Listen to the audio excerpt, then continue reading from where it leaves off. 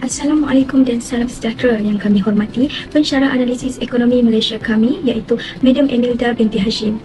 Dalam video ini kumpulan kami yang terdiri daripada 5 orang ahli iaitu saya, Puteri Imelda Sari, Nur Hana Fatina, Siti Hajar, Dania Safia dan juga Nik Rahimi ingin menerangkan tentang satu tajuk yang berkaitan dengan ekonomi Malaysia iaitu impak PKP terhadap sektor pembuatan. Seperti yang diketahui, pada hujung tahun 2019, seluruh dunia telah dikejutkan dengan satu wabak di Wuhan, Republik Rakyat China PRC yang menyebabkan ekonomi dunia lumpuh, iaitu coronavirus atau lebih dikenali sebagai COVID-19. Dunia telah menjadi kelam kabut ketika itu di mana banyak rutin harian manusia serta penutupan beberapa sektor ekonomi. Penularan wabak COVID-19 yang telah melibatkan negara memutuskan untuk menjalankan Perintah Kawalan Pergerakan PKP telah melumpuhkan ekonomi Malaysia. Oleh itu, apakah impak PKP terhadap sektor pembuatan? Sebelum itu, mari kita kupaskan sedikit definisi pembuatan. Pembuatan ditakdirkan sebagai perubahan fizikal atau kimia ke atas bahan atau komponen menjadi produk baru, sama ada kerja itu dilakukan oleh jentera yang dijalankan oleh kuasa atau yang dijalankan dengan tangan, sama ada dijalankan dalam kilang atau di rumah pekerja, dan sama ada barang keluaran dijual secara borong ataupun buncit. Malaysia adalah sebuah negara ekonomi terbuka yang disokong asas ekspor yang pelbagai dan sangat terintegrasi dalam rantaian bekalan serantau dan global.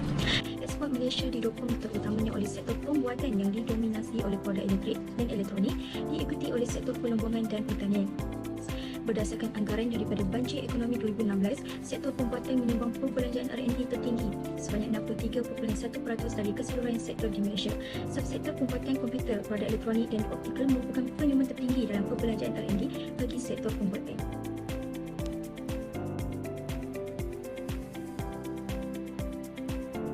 Assalamualaikum, saya akan meneruskan tentang industri pembuatan dan prestasi ekspor Malaysia yang mempunyai hubungan atau pertalian secara langsung antara satu sama lain. Lebih 80% produk yang dihasilkan dalam sektor pembuatan adalah untuk tujuan ekspor.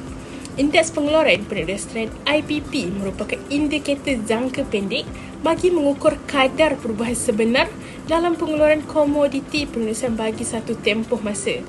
Pada ST1 2020, Malaysia mencatatkan kenaikan IPP marginal iaitu 0.4%, pertumbuhan terendah semenjak ST1 2013 iaitu 0.04%. Pertumbuhan marginal ini disumbangkan oleh pertumbuhan positif yang dicatatkan oleh sektor pembuatan iaitu 1.3%, sementara sektor perlombongan dan elektrik mencatat penurunan masing-masing iaitu 1.8% dan 0.4%. Sektor pembuatan menyumbang sebanyak 21.6% dalam keluaran dalam negeri kasar iaitu KDNK pada ST1 2020. Indeks pembuatan mencatatkan sebanyak penurunan iaitu 4.2% pada bulan Mac 2020 iaitu terendah sejak Februari 2013 iaitu negatif 5%. Kejatuhan ini disumbangkan oleh industri minyak dan lemak, sayuran dan haiwan iaitu sebanyak negatif 17%. Bagi produk tembakau pula ialah negatif 3.5%. Bagi peralatan pengangkutan dan pembuatan lain iaitu sebanyak negatif 1.6%. Produk mineral bukan logam asas dan produk logam yang direka sebanyak negatif 0.1%. Sebaliknya, proses makanan dan produk getah merekodkan pengeluaran yang lebih tinggi pada ST1 2020 berikutan peningkatan permintaan untuk makanan dan produk tenusu serta peningkatan keperluan sarung tangan, pembedahan dan pelindung muka. Nilai jualan sektor pembuatan pada ST1 2020 mencatatkan pertumbuhan 2.2% kepada 339.4 bilion berbanding dengan tempoh yang sama tahun 2019. Bancik Ekonomi 2016 menunjukkan sekitar 60,000 pertubuhan terlibat dalam aktiviti pembuatan. Itu sahaja daripada saya sedikit tentang ini. Sekian, terima kasih. Pelaksanaan PKP secara tidak langsung memberi kesan kepada aktiviti ekonomi terutama dari sektor pembuatan. Beberapa sektor dalam pembuatan dibolehkan untuk meneruskan operasi sepanjang PKP dengan kelulusan MITI iaitu makanan dan minuman, produk barangan rumah seperti bahan pencuci, bahan pembasmi kuman, sanitizers, barang penjagaan, peralatan perlindungan peribadi termasuk peralatan keselamatan kebakaran dan pakaian perubatan seperti topeng muka. PMI Malaysia terus menguncuk daripada Mac 2020, skornya adalah 48.4 mata berbanding 48.5 mata pada Februari 2020. Antara faktor penurunan PMI adalah disebabkan sama ada kekurangan permintaan baru dari negara pengimport, kekurangan bekalan dan kelemahan dalam aktiviti ekspor. Data Februari dan Januari pada tahun 2020, pembuatan bulanan menunjukkan secara merata 66.6% nilai jualan adalah dikategorikan dalam kumpulan industri esensial yang mana ia meliputi 43% MSIC daripada aktiviti sektor pembuatan Malaysia. Seterusnya, kita lihat pula anggaran nilai jualan pembuatan bulanan Mac pada tahun 2020. Anggaran nilai jualan pada bulan Mac 2020 dijangka berkurang dari 7% pada Februari 2020 kepada negatif 7.1% hingga negatif 11.5%.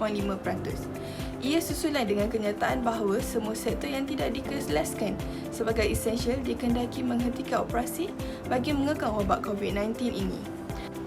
Ia sejajar dengan unjuran yang dibuat oleh BNM baru-baru ini yang rata-ratanya mengunjuk kadar keluaran dalam negeri kasar KDNK Malaysia pada tahun ini adalah antara negatif 3.5% hingga 2.7% disebabkan pandemik yang memberi kesan buruk secara langsung kepada pelancongan dan sektor perkilangan yang mula merosot bermula pada suku pertama tahun 2020.